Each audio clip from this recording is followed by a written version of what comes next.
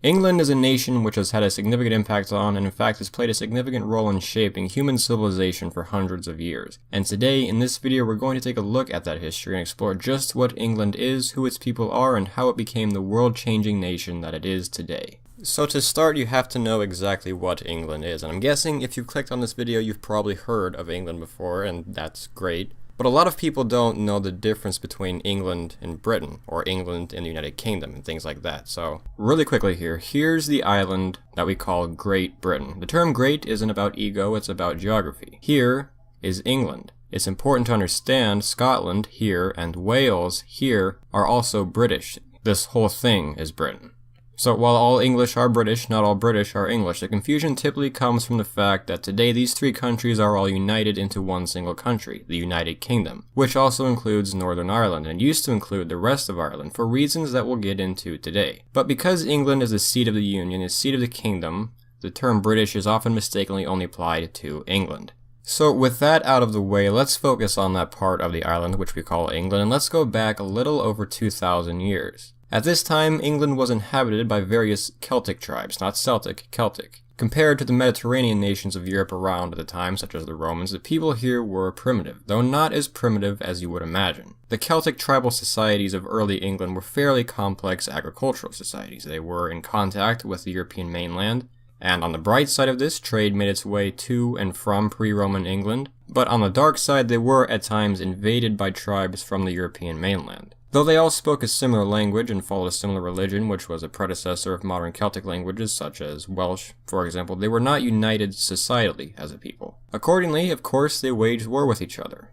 During those wars, they would build defensive structures, much like the one shown here, called Maiden Castle, dating back long before the Romans even arrived on the island. The religion practiced here was similar to much of northwestern Europe at the time. In fact, the Romans noted that the religion that they practiced in England was very similar to the one which they practiced in Gaul, also known as modern France. It was a pagan religion, but what's very interesting about it to most people is the Druidism that was practiced here, and the rest of Britain and Ireland as well, as the Druids were unique to the British Isles. The Druids were a very interesting group of people. They were religious authorities, of course, but they weren't just priests. They were also politically involved. They were doctors, they were judges, they were historians, they were advisors, things like that. They were very much a group of elite in Iron Age England, and their opinion had considerable impact on the early societies here. Much of what we know about the societies of this time comes to us from the Romans and their records of the island. And we see evidence of the impact that the Druids had on their society when the Romans do come to the island that they call Britannia.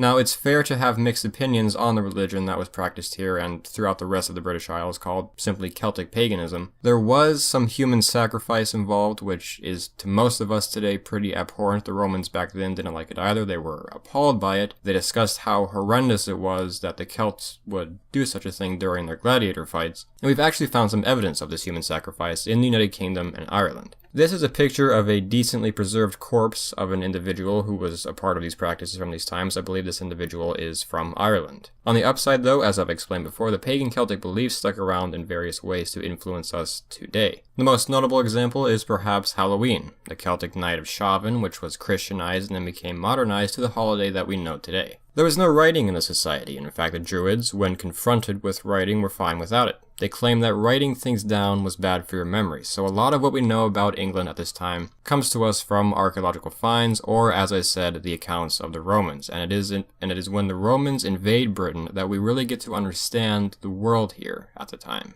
In 55 BC, Julius Caesar invaded Britain, and again in 54 BC, but he was unsuccessful both times, essentially gaining no territory. Part of the justification he had for invading the island was that the people of this region had assisted the Gauls against Rome due to their economic relationship with them. They were both Celts, they both related to each other, they traded and things like that. Remember also that I said that the British tribes were not isolated from the rest of Europe, like one might think they were. But the true age of Roman Britain comes about 90 years later in 43 AD, when 40,000 Roman soldiers set sail from the province of Gaul to invade the island. Now, there were a number of obvious benefits to be obtained from invading and capitulating Britannia, trade and resources and the expansion of the empire and all that, but a huge motivation here was that the emperor at the time wanted to improve his image. Emperor Claudius came to become emperor, and he was quite justifiably insecure. He was seen as kind of weak and even moronic by his peers and by the population. He thought that if he could go to Britain and conquer it and effectively do what Julius Caesar did not do,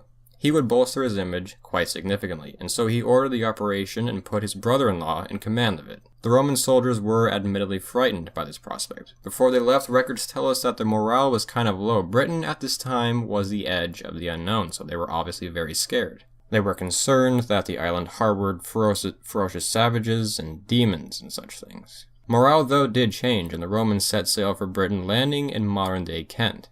Unfortunately for the native Britons, though, when the Romans landed, they made a mistake. The Britons actually caught wind of the fear among the Romans and assumed that there would be a mutiny before the Romans could land, so one of the most powerful tribes on the island, the Cativolani, did not make a proper move to defend the shore. They simply assumed the invasion would dissolve before it arrived. But it did not, and the Romans landed and established a fort and even a triumphal arch eventually and such things. And then they pressed into the rest of the island. Now there was obviously a good deal of conflict as the Romans pressed into the rest of Britannia. There were at times a number of revolts amongst occupied tribes, but a significant amount of tribes, about 11 in fact, actually surrendered to the Romans during this time, before conflict even emerged. Why? Well, the Roman military machine, as historians often refer to it, was simply too powerful. The Romans were susceptible to guerrilla warfare, of course, but out on the open field, tribes like those in Britain at the time did not have much of a chance. To bolster this image of being a powerful and unstoppable invasion force, when Claudius actually comes to visit Britain, he enters on an elephant, a beast which the people of this region had obviously never seen before. They were astonished. Roman occupation sets in, and Britannia, modern-day England again, becomes a province, a defining moment in early English history. Not everyone is so satisfied with being occupied, however. Boudica, a woman of the Iceni tribe in particular, was not satisfied. Boudica was the wife of a very important tribal figure who maintained an alliance with the Romans. However, after her husband's death, the Romans turned on them. She was beaten and her 2 daughters were raped, an incident that she did not easily forget. Around 60 AD, Boudica gathered forces from multiple British tribes, primarily the Iceni and Trinovantes, as well as some others, and led a revolt against the Romans. The revolt was not a minor incident. Her forces would cause extreme chaos in the province as she killed thousands of inhabitants and burned down 3 cities, including Londinium, if that name sounds familiar to you. The situation was becoming so extreme that the emperor at the time, Nero, considered withdrawing from Britain entirely. However, Boudica was eventually defeated. She was never captured by the Romans, rather it was likely that she committed suicide to avoid capitulation.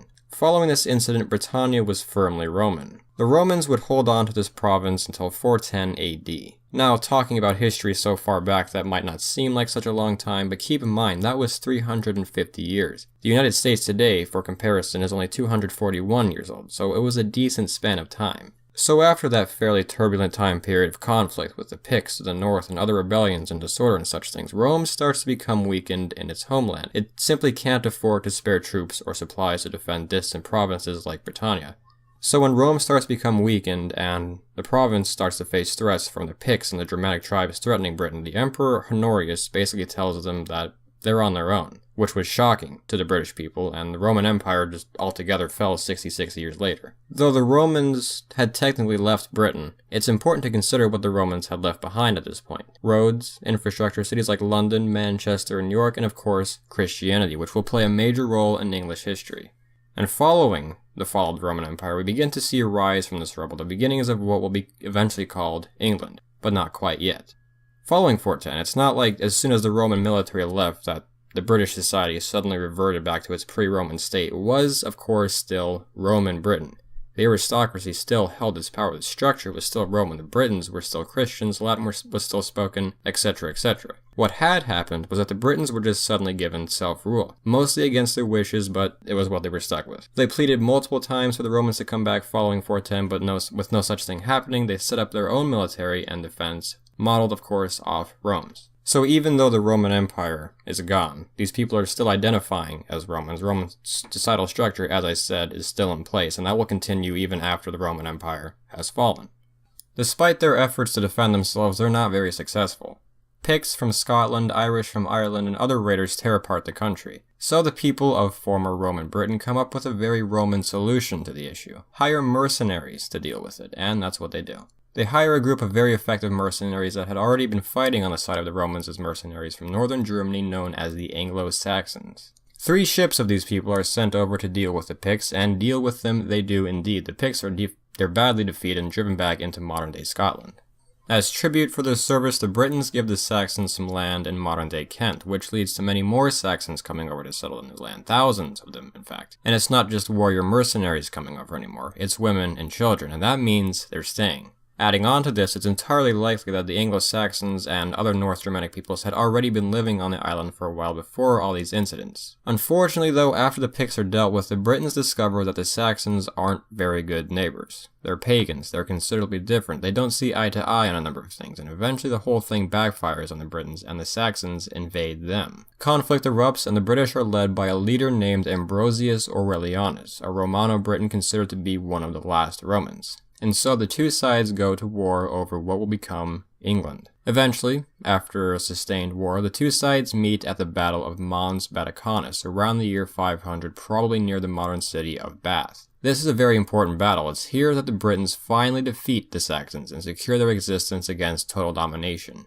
Following this battle, the Saxons are left with the east of England, where they develop around 30 kingdoms. To the west, though, the Britons actually keep on living. Their land is named after the Saxon word for foreigner, Wales. It's during this conflict also that we begin to hear legends of King Arthur, and in fact it's said that a figure known as Arthur was responsible for the British victory at the Battle of Mons Batacanus, and also for the long period of peace with the Saxons which followed.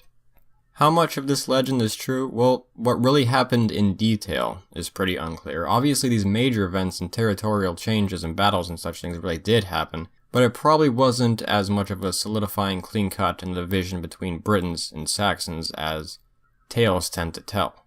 In fact, probably a lot of Britons just assimilated into Saxon culture as they were invaded and more Saxons immigrated to the new land. King Arthur may have been real, he may represent an actual figure, again though the truth remains unfortunately unclear. But historians are emphasizing that following this conflict and such, it wasn't as much of a Saxon invasion as it was a Saxon migration.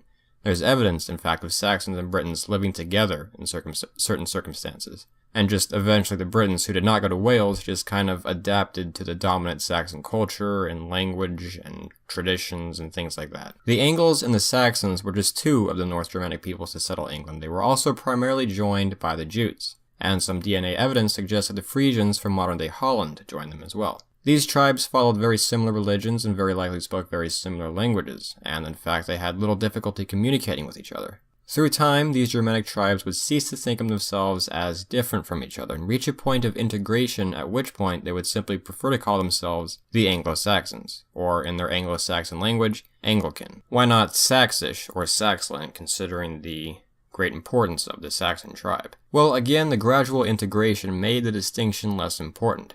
Interesting to note though, even today in many Celtic languages, the name for England is still based off the Saxon people. Shoshana, for example, in modern Irish. The 400 or so years following the Roman Empire's fall is a period marked by very large migrations of people across Europe in general, and England continued to absorb immigrants from northern Germania. Anglo-Saxon England, through the 500s to the 800s AD, was ruled by scores of kingdoms in a very turbulent and admittedly confusing landscape. In fact, it's not just confusing to us today, there's reports of foreigners from the mainland being confused by it. The names of some kingdoms, in fact, are lost to history, but the major ones included ones such as Kent, Wessex, Sussex, Mercia, and Northumbria. Throughout the 7th century AD, the Anglo-Saxon people began to convert to Christianity. The remnants of this conversion last to this day. Though the Roman Empire had fallen to pagan invaders, the descendants of these pagans across Europe did in fact end up obviously converting to Christianity, and pressures from the mainland, Wales, and also Ireland, which had already been converted to Christianity, led to the Anglo-Saxons adopting the religion as well. And through Christianity, they connected themselves to the larger European picture in a critical time when post-Roman Europe was forming.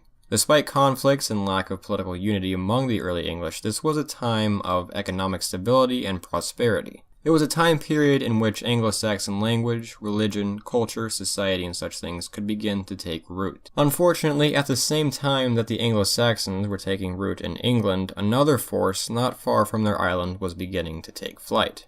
A force which, due to geography, the English would bear the full brunt of, and this force would permanently alter the course of English development. This force, developing in modern-day Denmark, Sweden, and Norway, we know today as the Vikings. To elaborate a little bit here, the word Viking more correctly refers not to the Norse people, but to the Norse raiders and explorers who wreaked havoc on Europe for over 250 years, a period known as the Viking Age.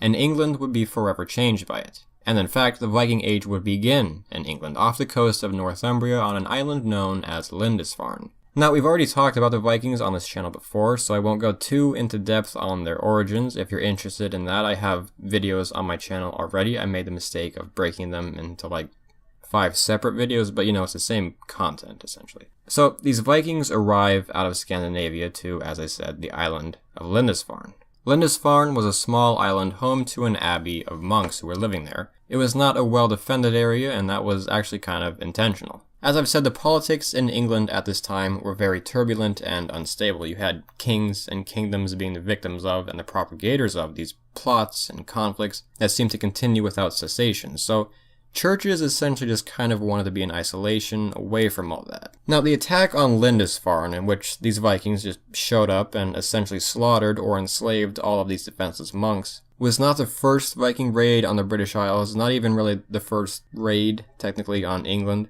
But it was the first specifically recorded major incident. It's recorded in what are called the Anglo-Saxon Chronicles, and that's why it marks the beginning of the Viking Age. For the next 60 years, England would be plagued by Viking raids. Now, it's not as if the English kings did nothing about this. Eventually, they did wise up and prepare defenses against the Vikings, which were effective. In fact, many Viking raiders just kind of gave up on England and started going to weaker Scotland and Ireland. But the lack of political unity in England prevented any united response against the Viking raids in the beginning. Now, I said 60 years. I don't mean to mislead you to think that after these 60 years that things got better. On the contrary, they got worse. The Vikings say, instead of raiding England, let's just go and take it over. And so in the year 865, a few Viking leaders actually assemble an army to go and do this. It's not clear how large the army was. It might have been about 1,000 warriors, it might have been over 1,000, it might have been even less than 1,000. So not a magnificently large army. Keep in mind there was no single Norse nation at the time to raise such an army. It was more like a coalition of a bunch of different Viking groups coming together out of a mutual interest who would, in all likelihood, not associate much after England had been conquered. It was a small army, but it was a considerably devastating one. So here's England at the time. As you can see, there are fewer kingdoms here than was the case in the 7th century. It's mostly dominated by this time by Mercia, Northumbria, and Wessex, with the Celts to the west and the north and some other Anglo-Saxon kingdoms in the east here. So the Vikings land in the territory of one of these smaller eastern Saxon kingdoms, East Anglia. The East Anglians didn't really put up much of a fight at first. They sort of just surrendered and let the Vikings pass through their land. In 866, they moved to attack Northumbria. They took the city of York, and the Northumbrians essentially surrendered too, and the Vikings put a puppet king on the Northumbrian throne. East Anglia later rejects this Viking domination and stands against them, but they're crushed, and their leader, King Edmund, was killed. So by now, as you can see, the Vikings have made very significant progress into England with actually very little conflict. Now they move to invade the kingdom of Mercia. The Mercians put up quite a fight, and they call on assistance from the kingdom of Wessex to do so. In the year 870, a Viking named Bagsig brings reinforcements called the Great Summer Army. With the Viking army now strengthened, they begin to pillage England and move toward the kingdom of Wessex. The king of Wessex at this time is a king named Ethelred, and he leads an army along with his younger brother Alfred, only 22 at the time, to take on the Vikings. They were at first not very successful, but eventually they met at what is remembered as the Battle of Ashdown. Ethelred and Alfred split their forces into two. The Vikings began to advance across the field, but Ethelred insisted on praying before advancing to meet them. Alfred, on the other hand, felt that there was no time for prayer, and he charged toward the Vikings with his half of the army. And with the help of his brother, who later did join him, he was victorious, and the Vikings retreated back to the land which they had conquered in England, referred to as the Danelaw, shown here. Ethelred actually dies that same year, and Alfred rises to become king. The Vikings, though defeated at this battle, were definitely not done, and they continued to threaten Mercia and Wessex. Alfred at first paid them off, but eventually in the year 878 he engaged them in battle again, where he was again victorious. It was now that the Vikings were kind of falling back. They withdrew from Mercia back to the Danelaw, and it was clear that England would remain. Accordingly, Alfred gets two very important titles placed to him in history. The first is the Great. He is only one of two monarchs in English history to be called the Great. The second is that he goes from being called King of the West Saxons, which is Wessex, to King of the Anglo-Saxons. This idea of Anglo-Saxon unity begins to take root here, and it continues on with his successors. In the year 910, Alfred's son took it to even greater limits. He conquered the Vikings shown here in East Anglia and the Vikings here in Mercia as well, and began moving northward, eventually capturing York. Now, as you can see, Edward had control of a considerable amount of modern England. He ruled over many of the formerly divided Anglo-Saxons, and this is where we begin to see the title King of England be truly accurately used.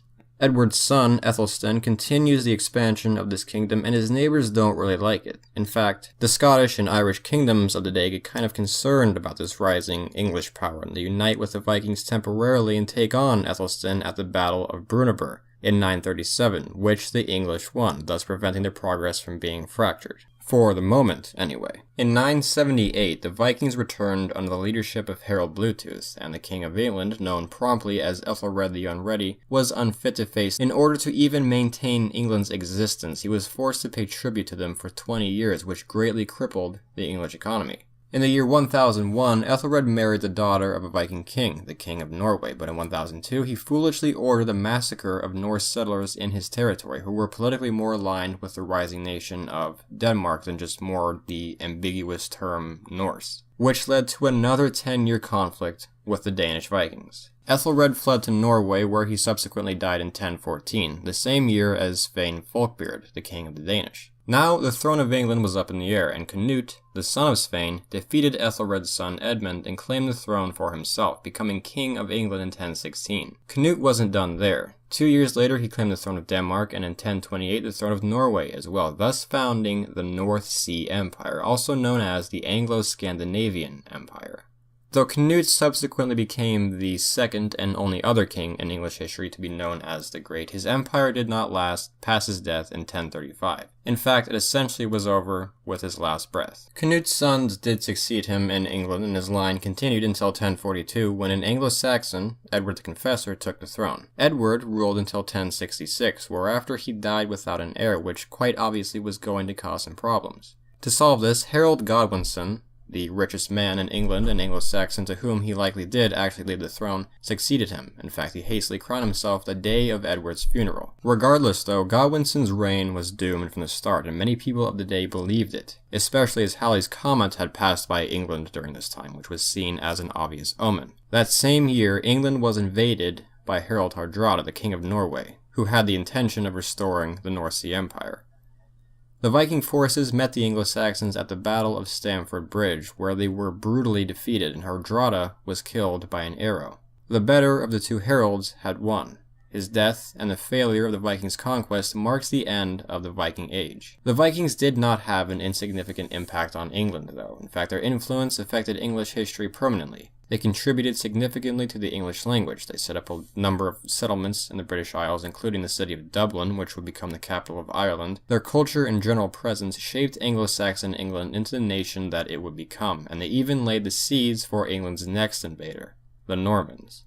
It was not even a month after Harold Godwinson's victory over the Vikings that in 1066, William the Conqueror, the Duke of Normandy, invaded England. In fact, it was only 3 days later. Part of the justification for this was that William actually had a claim to the English throne. He was related to Harold's predecessor, Edward, and William, and in fact much of Europe, believed that the throne ought to have gone to him. William was very confident in his ability to conquer England. Tales were later told that his mother had a dream of a great tree extending over Normandy in England the night that he was conceived. Now, here is Normandy. It's today a part of France, but it's important to remember. Normandy was culturally and linguistically and such very similar to France, but the Normans themselves, including William, or in French, Guillaume, were the descendants of Vikings who had carved out that territory about 150 years early and simply integrated themselves into French society. In fact, the name Normandy is related to Northmen, i.e. the Vikings.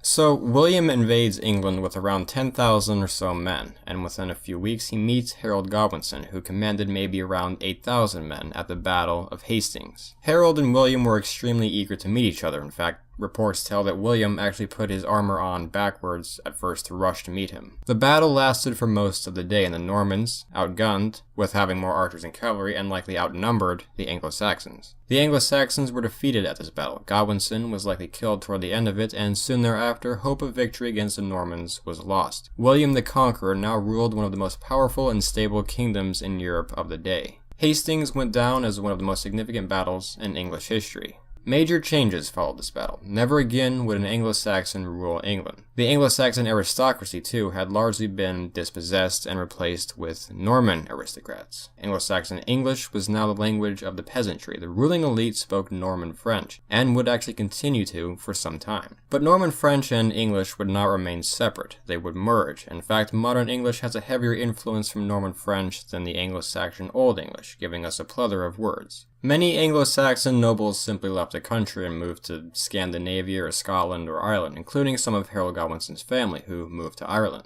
The Normans moved in to capitulate the Anglo-Saxons by asserting their dominance. They built churches and castles, including London Tower. They documented the entire country, revealing to us great detail about the societal structure of England 1,000 years ago. They gradually eliminated slavery in England at the time, reporting perhaps 10% of the population was formerly enslaved.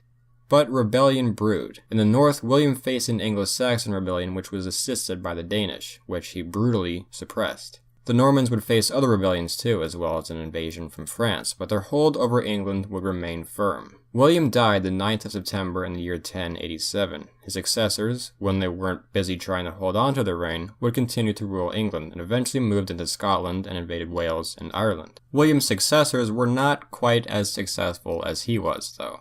Civil war broke out over successions. The monarchy would become considerably unstable, and following 2 invasions from Scotland, England enters into a period called the Anarchy, wherein King Henry I's nephew, Stephen, and his daughter fought for control of the throne largely because Henry I's son had unfortunately died unexpectedly.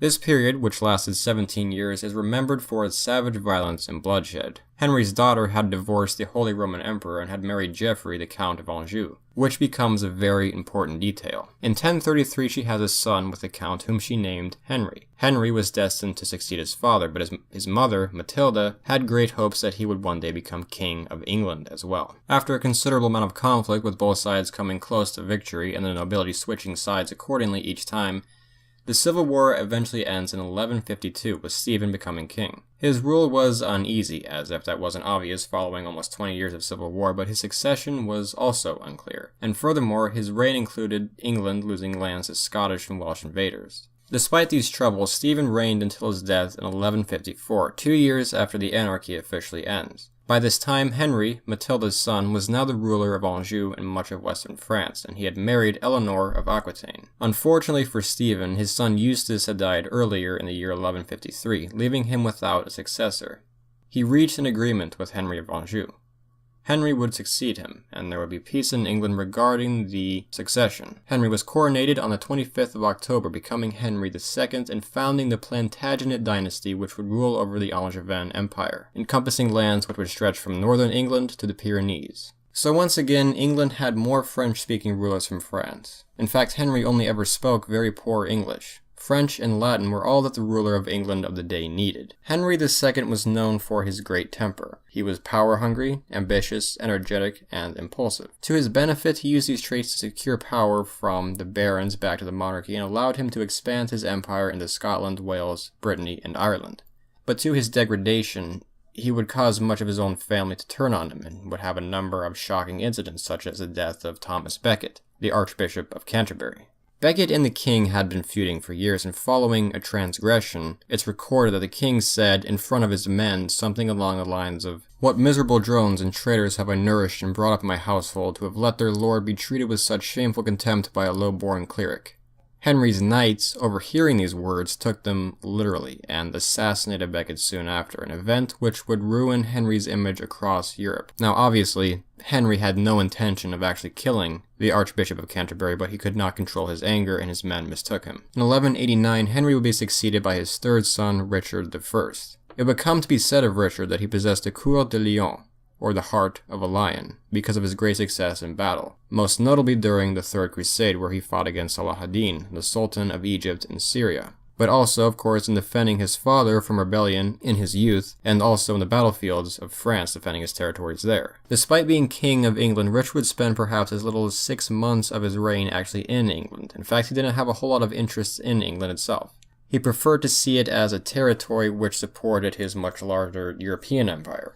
Richard would die in 1199 from an arrow wound which became infected while fighting in France. He was succeeded by his younger brother John, who was less of a popular ruler. In fact, he isn't remembered as a very good ruler at all in English history. He first rebelled against his father Henry while he was still king, and then later against his brother Richard while he was king, failing, of course, both times. John was deeply concerned about being the youngest son of the royal family, but when placed in positions of power, such as in Ireland, he displayed greed and power hungriness. Despite this, he still became king. It's during John's reign that the tale of Robin Hood is placed, a government so bad that a thief is actually praised. John committed quite a few mistakes during his reign. He fought multiple losing wars and in fact lost Normandy to France, and the Angevin Empire really began to collapse with John. Accordingly, John would place heavy taxes on the lower classes to pay for these wars and would seize land from the nobility and the church to augment his power. He would even go so far as to rape the daughters of his noble subjects and personally murder a contender to the throne while he had him imprisoned. The nobles decided that they can't just sit by and let this happen, and the church was pretty unhappy too. So eventually a band of these nobles, supported by the church, gathers an army and rebels against the king, and they march on London.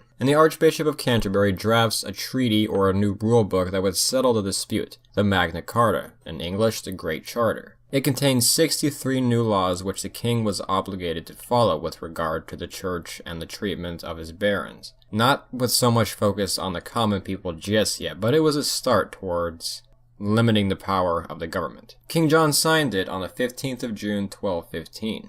Now, John was essentially forced to sign it. He had no intention of actually following through with it, and he really didn't. The Pope annulled it, and in fact civil war would eventually break out between John and the barons, and John would continue denying the legitimacy of it until his death in 1217. Even though the principles laid out by the Magna Carta had a rough start, it remains a significant document as being the first time in English history that certain ideals were proposed. It puts forth the idea of rule of law, that the decisions of a nation should be made with great focus on the benefit of the nation, not as much the ruling elite. It proposes that the king may be above the laws of men, but not the laws of God. The king cannot be murderous and tyrannical without being reprimanded. It created a system where many of the king's decisions had to be cross-checked with the nobles of England, a system which would lead to the modern parliament. Quite obviously, many of these principles are central to England to this day. John's son, Henry III, would also fight over the legitimacy of the Magna Carta and would actually call together the first equivalent of a parliament. Henry would be succeeded by his son, Edward I Longshanks, or Longlegs, as he was a considerably tall and intimidating individual, in 1272. This is the king from the famous movie Braveheart, and I won't go incredibly into detail about that in this video because I've already done a video on the true story of that already. But Edward did indeed invade Scotland during his reign, earning him the nickname the Hammer of the Scots, but he did more than that too. As prince, he took part in the Ninth Crusade and would fight in the conflicts surrounding the Magna Carta and such at the time. On his coronation at Westminster Abbey, which was built by his father, Edward was crowned, and he declared that he would only adorn the crown once again when all the lands lost by his father were his. He was intent on dominating the British Isles. As king, he put down rebellions in Wales, reformed English law, and reaffirmed the power of the monarchy while at the same time setting up Parliament's permanence. Parliament gave him a route to tax his subjects to provide funding for his various wars on and off the British Isles, but problems regarding the power of the monarchy with great regard to this would continue even after his rule. He ordered the expulsion of the Jews from the country, a ban which lasted until the 17th century. Edward would have a very prolonged and costly war in Scotland, dealing with figures such as William Wallace, but a number of other Scottish nobles and leaders as well, even though prior to this period, Scotland and England lived in relative peace. During this war, though, Edward procured the Stone of Scone, the stone on which all Scottish kings had thus far been coronated, and he took it to England, who owns it to this day, though it is now kept in Scotland. Though he maintained his kingdom with a strong hand, his weaker son, Edward II, lacked his strength. His son, Edward, who was only one of the 15 children that he had, would ultimately lose the lands that his father had won in Scotland to Robert the Bruce, and would be a generally weak leader. He was a very obvious homosexual, which angered the barons of this day and likely contributed to his great difficulties with his wife, who would betray him with Roger Mortimer of Wales. He neglected his kingly duties. He had the unfortunate coincidence of being a king during bad weather, i.e. a 2-year famine which killed off 10% of England's population, and he was just eventually deposed in 1327. Mortimer and his wife Isabella ruled until Edward II's son, Edward, killed Mortimer and imprisoned his mother, becoming Edward III. Edward III's early reign consisted of war with Scotland, in which he had a decent amount of success, but eventually agreed to a truce with the Scottish. Part of the reason for the war which Edward III found himself in with the Scottish was a looming threat which England was right in the middle of, an alliance between Scotland and France, perhaps medieval England's two greatest enemies. With fears of a full-on invasion of England from France, and with France interfering with English trade and with the rest of the continent, Edward knew that he would have to take action against France, and he'd have to do it soon. To counter the Franco-Scottish alliance, known as the Auld Alliance, Edward would ally himself with other European nations, notably with Portugal. The alliance with Portugal, and as a matter of fact, would endure as one of the longest-lasting alliances in world history. That's not all, though. As the King of France, Philippe VI took the Duchy of Aquitaine, Edward would not solely just resist this invasion on his former territory, he would be so bold as to claim the throne of France for himself. Edward was in fact related to the French monarchy. Philippe VI was his uncle, but he did not have that much of a legitimate claim to the French throne. Edward was technically the closest living relative to Charles IV, the last king from the House of Capet, but Charles's instructions were for the nobility to choose the next king of France, and they chose Philippe VI, marking the beginning of the House of Valois in France, notably. Edward's actions were very obviously a response more to the political situation of the day, but Edward would still, regardless, press his rights as king, and would indeed invade France, even changing his royal standard to include both the Lions of England and the Fleur-de-Lis of France, as shown here. The war for the throne of France would not be an insignificant one. In fact, it would last for over 100 years, and thus historians have creatively named it the 100 Years' War. Two important points regarding the name 100 Years' War, though. The first is that it wasn't 100 years exactly, it was 116 years. The second, it wasn't just one long, endless war. It was more like 4 wars with a series of side wars, I suppose you could say, involved in this 116-year dispute. The 4 main wars were the Edwardian War, 1337 to 1360, the Caroline War, 1369 to 1389, the Lancastrian War, 1415 to 1420, and the Second Lancastrian War, 1420 to 1453. In 1340, Edward and his son Edward, who would be known as the Black Prince, invade France to not only defend the English possessions that England had in France, but of course to claim the crown of France. With England busy in France, Scotland moved in and retook much of their former territory, but their success in war against England during this war would not last forever. The English and the French met at the Battle of Crécy on August 26, 1346. The Battle of Crécy was a disaster for the French forces. The English would lose perhaps around 200 men, the French would lose perhaps 6,000. Obviously, with this defeat, the French king was outraged, but how did this catastrophic defeat happen? Edward was fighting war differently. For much of European warfare leading up to this battle for hundreds of years, the horseman was the master of the battlefield. Against archer and infantrymen, they were difficult to defeat. Edward prepared for this, though. He had his men dig holes in the ground which would cause the horses to trip, he would put up stakes to deter or kill enemy horsemen, and crucially, he employed the English longbow. The English longbow, which was likely first invented in Wales, had a greater strength, range, and speed than the crossbows which the French and their Genoese mercenaries were using. They were, in truth, a deciding factor of this battle, leading to a brutal French defeat, even though they outnumbered English forces. Edward was also not fighting a stereotypical war either. Rather than having a series of battles, as had been in the case in warfare leading up to this point again, he preferred to simply skirmish the French relentlessly. Not long after this battle, the Black Death ravaged much of Europe, including England and France. The Yersinia pestis bacteria traveling across Europe from Central Asia through hitching a ride on pest would kill a victim within a matter of days. It began in 1348 and lasted until 1349, but it claimed the lives of 6 million English alone, half of the population at the time. France too lost perhaps half of its population. It would return in the 1360s, again killing millions. Regardless of these circumstances, though, the war would continue. Philippe VI died in 1350 and was succeeded by his son Jean II. On September 19, 1356, the English and French would meet at the Battle of Poitiers, where again the French would suffer a devastating defeat. Not only would they lose thousands to again minimal English losses, but their king was captured and was later ransomed.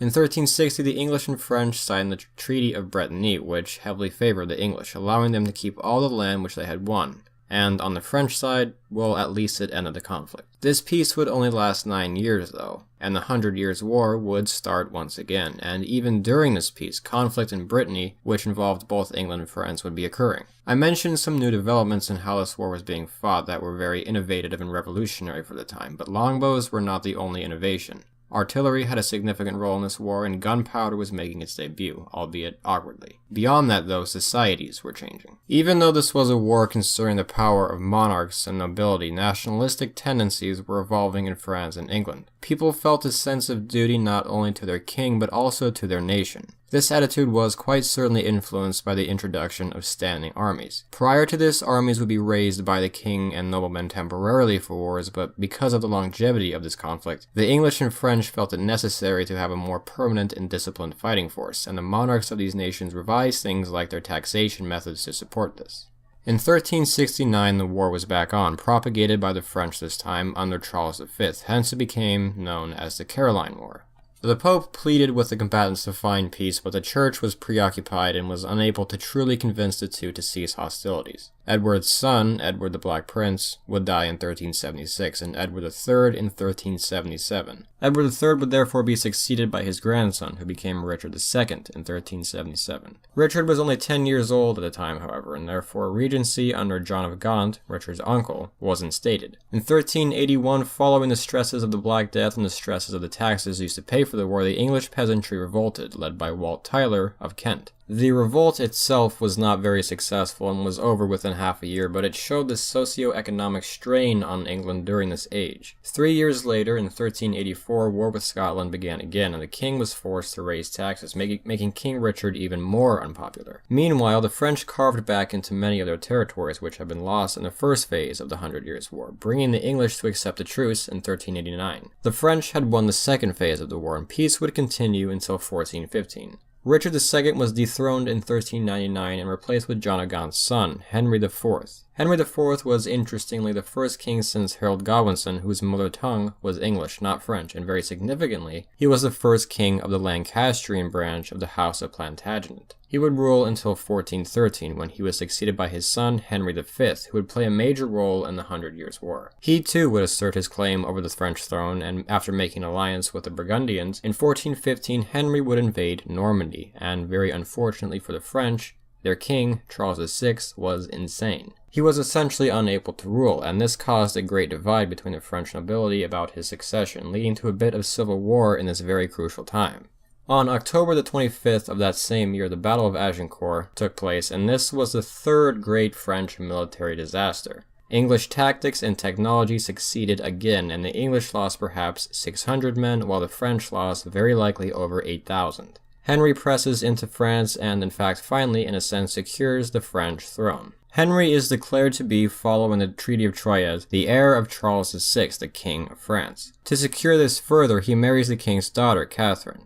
But then something unexpected happens. Henry dies young from dysentery in 1422, only 2 months before Charles VI dies. Now Henry's heir was his son, also named Henry, but the French did not recognize young Henry as the heir. They instead named their king's son Charles, who would be Charles VII king.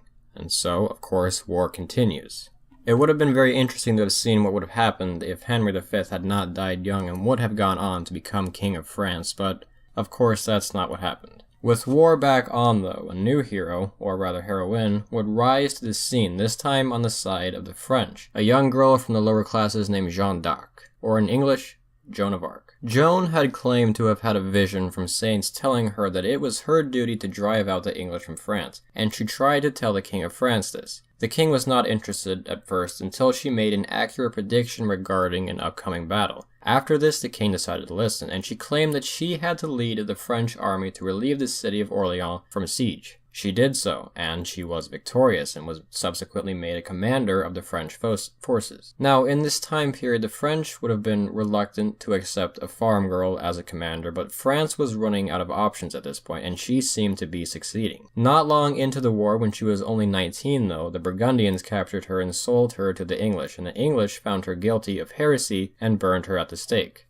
The English had finally captured Joan of Arc, but her effect was irreversible, and the French were now winning the war. The war technically ends in 1453 at the Battle of Castillon, where England lost all land in modern France except for Calais, and France secured its victory, even though officially speaking the two nations would remain at war with each other for 20 more years or so, and England would continue to claim the crown of France for many years to come. Following this war, England would begin to enter the early modern era. The social, technological, and governmental and such aspects of English society have been changing and would continue to change following the 100 Years' War.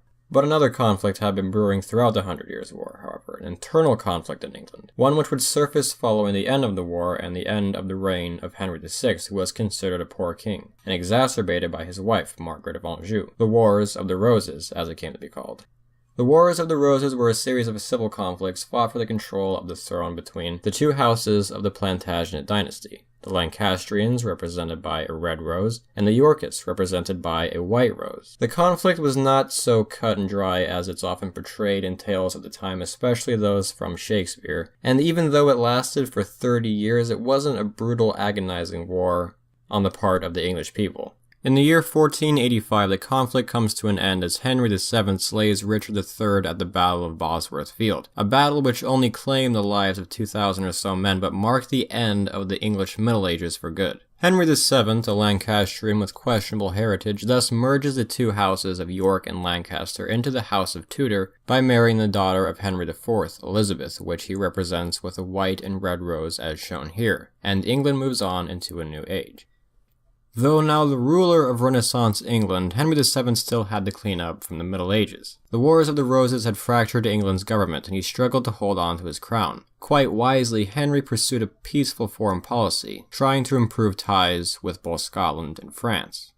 Henry VII died on April 21, 1509. He was succeeded by his 17-year-old son, who became Henry VIII, thereby securing the continuation of the Tudor dynasty. Henry would be a very busy king, though in the eyes of many of the day, not the best one. His older brother Arthur had died 7 years prior, leaving the kingly duties to him. In fact, Henry would simply marry his widow, Catherine of Aragon, daughter of the King and Queen of Spain. Catherine would bear him 2 sons, but both would be stillborns. The inability to produce an heir would trouble Henry, very much concerned with securing his succession, and would not only trouble Henry, but would cause a good amount of trouble for England in years to come. In the meantime, Henry would engage in conflict with the French, largely for personal glory, as these wars achieved relatively little. At the same time, Scotland would invade England, which would be another relatively pointless war, for which Henry would take the credit in winning, even though Catherine had managed the matter while Henry was in France. Catherine was still failing to produce a male heir, though she had produced a daughter, Mary. Mary would be the only one of 7 of Catherine's children who would live to adulthood. This deeply concerned Henry. A female heir in itself was a concern for a 16th century nation, let alone one for a nation which had just come out of the Wars of the Roses. Henry was determined to have a male heir, so determined, in fact, that he would make an incredibly bold move. He was essentially left with 3 options. He could legitimize one of his illegitimate sons, which would have been problematic. He could have attempted to have a grandson to inherit the throne, which would have also been problematic, or he could divorce his wife and marry a new one. He chose the third option in 1527, but the Pope did not approve. So how does Henry respond? He leaves the church altogether and starts his own church. Now, while the English Reformation, as it's called, was incredibly audacious, it did occur at the same time as the much larger Protestant Reformation, though the English Reformation was quite obviously less about religion and more about politics. Henry was very serious about this, ordering the rest of England to convert to his religion and in fact executing many who actively resisted. This schism would change English history permanently, throwing them into religious disagreement between Europeans for centuries. Henry would then marry Anne Boleyn, who would give birth to a daughter, Elizabeth, and also, very unfortunately, a stillborn son. How does Henry respond to this? Not very maturely. He was convinced that he was cursed, and he accused Anne Boleyn of witchcraft and had her executed. He would then marry Jane Seymour, who would finally give him a son, Edward. Unfortunately, though, Jane Seymour would die from postpartum complications soon after. Henry would marry 3 more times after her death, producing only Mary, Elizabeth, and his son Edward, who would succeed him as Edward VI in 1547. In cruel irony, though, Edward would die before the age of 16 from tuberculosis, leaving only Mary and Elizabeth to inherit the throne. Mary, after doing away with Lady Jane Grey, became queen in 1553. There was an interesting twist to this though. Mary was a Catholic and was quite adamant about returning England to Catholicism. So after the English had been bullied and faced death for resisting Anglicanism, now Mary turned it around and bullied and executed Anglicans who refused to convert back to Catholicism. This was not the time to be openly pious, and Mary burned nearly 300 Protestants alive. As a result, she was given the nickname Bloody Mary. Mary died in 1558, and the English did not miss her. Despite attempts to secure a Catholic on the throne, including Philip, her husband, the King of Spain, she would be succeeded by her Protestant half-sister, Elizabeth. Elizabeth would rule for nearly 50 years, ushering in a golden age in English history known as the Elizabethan era. One of Elizabeth's first acts was, of course, to return England to Protestantism. This led to the Pope declaring her illegitimate and a heretic, yet Elizabeth quite wisely was not as aggressive concerning Protestantism as her predecessors had been. She was more tolerant of Catholics, and accordingly she maintained a decent amount of peace in England between the different religious groups of the day. Elizabeth never married and had no children, earning her the title the Virgin Queen. Later on, the English would name a North American colony after her, Virginia. Why she chose to never marry is unknown. She claimed that her husband was England and her children were the English people, although it's very likely linked to the political instability that a marriage might have caused, especially for a queen. But she did, in fact, have many suitors, and she fell in love with a man named Robert Dudley. Under Elizabeth's reign, English Renaissance culture would flourish, the most notable figure of this time being William Shakespeare, considered perhaps one of the greatest writers in human history. Just because Elizabeth was more tolerant towards English Catholics does not mean that foreign Catholic nations were tolerant towards her, and she would be forced to deal with the plots and conflicts of other major Catholic powers of the day, such as France and Spain. One of her first moves regarding this political and religious situation was to spread Protestantism in Scotland, thereby attempting to break the Franco-Scottish alliance, knowing that France could use Scotland as an ally in a potential war, as it had done many times throughout history. Part of the reason for this threat came from Mary, the Queen of the Scots, who had also been the Queen of France for only a year, and furthermore, the great-granddaughter of Henry VII of England. Catholic Europe recognized Mary, a Catholic, as the rightful ruler of England, and she married Henry Stuart, an English Catholic with a claim to the English throne as well. Quite naturally, this concerned Elizabeth greatly, and she would spend years feuding with her. Eventually, Mary was actually ousted by the Scottish nobility, and she fled to England for protection. Elizabeth would not have it, though, and she imprisoned Mary for 18.5 years, until finally she had her executed for plotting to assassinate her. Elizabeth would attempt to avoid conflict throughout her reign, though she did send forces to assist Dutch Protestants against their Catholic Spanish rulers, while Spain accordingly supported the Catholic Irish against the English. Meddling like this would lead to the Anglo-Spanish War in 1585. The situation was exacerbated in 1587 when Mary, the Queen of Scots, was executed. This outraged King Philip of Spain. Mary had left in her will that Philip would inherit her claim to the English throne should she be killed, and Philip vowed to put a Catholic monarch on the English throne, and in fact received support from the Pope to overthrow her. He began preparing a fleet, however it was sabotaged by Sir Francis Drake. A year later the Spanish would repair and set sail for England, but English tactics, as well as unfavorable weather, successfully repelled the Spanish Armada while under the command of Charles Howard and again Francis Drake. While addressing her forces in preparation for a potential Spanish invasion on the island, Elizabeth is quoted as saying, "My loving people, we have been persuaded by some that are careful of our safety to take heed how we commit ourselves to armed multitudes for fear of treachery. But I assure you, I do not desire to live to distrust my faithful and loving people. I know I have the body but of a weak and feeble woman, but I have the heart and stomach of a king, and of a king of England too. And I think foul scorn that Parma or Spain or any prince of Europe should dare to invade the borders of my realm."